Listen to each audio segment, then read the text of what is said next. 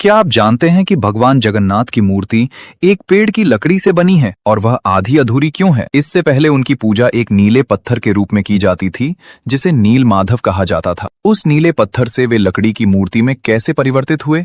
ये कहानी उड़ीसा के एक आदिवासी गांव से शुरू होती है जहां भगवान विष्णु की नीले पत्थर के रूप में पूजा की जाती थी। राजा इंद्रद्युम्न को जब यह खबर मिली तो उन्होंने अपने मंत्री विद्यापति को उसकी खोज के लिए वहां भेजा। आदिवासी सरदार विश्ववसु गुप्त रूप से नील माधव भगवान विष्णु की पूजा करते थे। मंत्री विद्यापति ने आदिवासी सरदार की बेटी से विवाह कर लिया और सरदार से नील माधव के दर्शन कराने का अनुरोध किया। सरदार विश्ववसु ने विद्यापति को दर्शन कराने का वचन तो दिया, लेकिन शर्त रखी कि वे उनकी आंखों पर काली पट्टी बांध कर ले जाएंगे। विद्यापति ने चालाकी की और रास्ते में जाते समय धान के बीज गिराते गए। कुछ दिनों बाद बारिश होने पर जब वे बीज बड़े पौधे बन गए तो विद्यापति को उस गुप्त स्थान का रास्ता मिल गया। मंत्री ने तुरंत राजा को यह सूचना दी। राजा इंद्रद्युम्न विशाल सेना लेकर भगवान जगन्नाथ को लाने के लिए निकल पड़े, लेकिन राजा के वहां पहुंचने से पहले ही नील माधव की मूर्ति हमेशा के लिए अदृश्य हो गई। भगवान विष्णु राजा इंद्रद्युम्न पर बहुत क्रोधित हुए। राजा को अपनी गलती का एहसास हुआ। उन्होंने भगवान से क्षमा मांगी और अन्न जल का त्याग कर दिया। तब भगवान विष्णु ने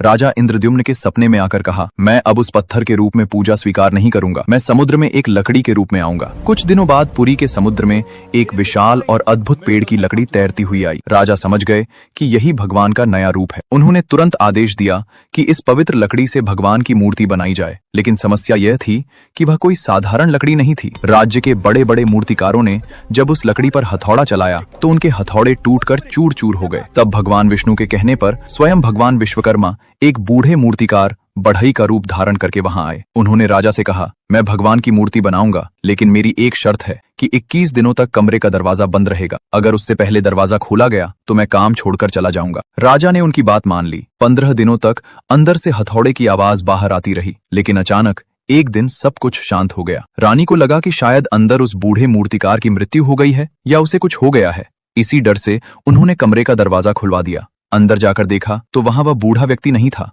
और वहां भगवान जगन्नाथ, बलराम और देवी सुभद्रा की अधूरी मूर्तियां रखी हुई थीं। राजा इंद्रद्युम्न ये सब देखकर बहुत चिंतित हुए और रोने लगे। तभी भगवान ने राजा को संकेत दिया